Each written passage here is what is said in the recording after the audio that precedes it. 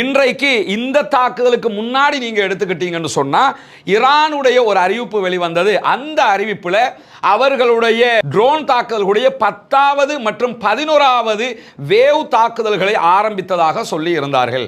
Drone தாக்குதல்களுடைய 10, 11வது wave ஆரம்பிக்கப்பட்ட half an அவருக்குள்ள தான் தற்போது இந்த ராக்கெட் அட்டாக் வந்திருக்குது. ஒன்றை மட்டும் புரிஞ்சுக்கிறங்க, நீங்க இந்த ஈரான் இஸ்ரேல் மீது தாக்குதல் நடத்துகிறது என்கிற செய்தி வரும்போது ட்ரோன் அட்டாக் பண்றாங்க என்கிற ஒரு செய்தி வந்தால் அடுத்ததாக பாலிஸ்டிக் அல்லது பாலிஸ்டிக் மிசைல் வரப்போகுது. அது சூப்பர்சோனிக்கா ஹைப்பர்சோனிக்காங்கிறது இரண்டாவது. ஆனால் பாலிஸ்டிக் மிசைல் வரப்போகிறது என்று அர்த்தம். ஏன்னா பாலிஸ்டிக் அடிக்கிறதுக்கு முன்னாடி அவங்க என்ன பண்ணுவாங்கன்னா டம்மி ட்ரோனுகளை அமுச்சு விட்டுருவாங்க. அந்த ட்ரோன் ஹிட் ஆகி எந்த விதமான பாதிப்பையும் உண்டாக்காது. அதாவது ட்ரோன் ஹிட் ஆகிச்சுன்னு சொன்னா உண்மையாகவே அதுல குண்டுகள் இருந்திருந்தால் அது இஸ்ரேலுக்கு நஷ்டம், அதிலே மாற்று கருத்தில்லை. ஆனால் இஸ்ரேலுடைய அயன் டோம் என்ன செய்யும் என்று சொன்னா அந்த ட்ரோனுகளை தடுத்து நிறுத்தும், அவர்களுடைய ஏவுகணை போய் தடுத்து நிறுத்தும்.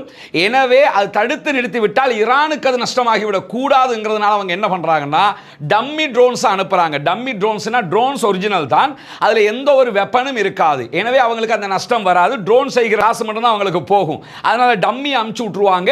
ஆனா இவர்களுடைய ஏவுகணைங்கிறது டம்மி ஏவுகணை எல்லாம் போய் அடிக்க முடியாது.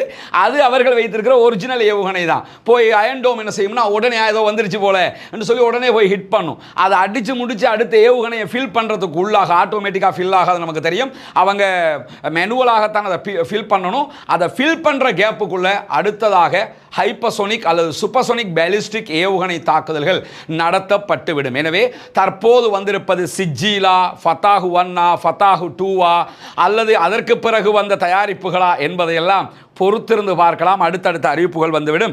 எனவே மிக கடுமையான தாக்குதல்கள் நடத்தப்படுகிறது. கோலான் ஹைட்ஸ் பகுதி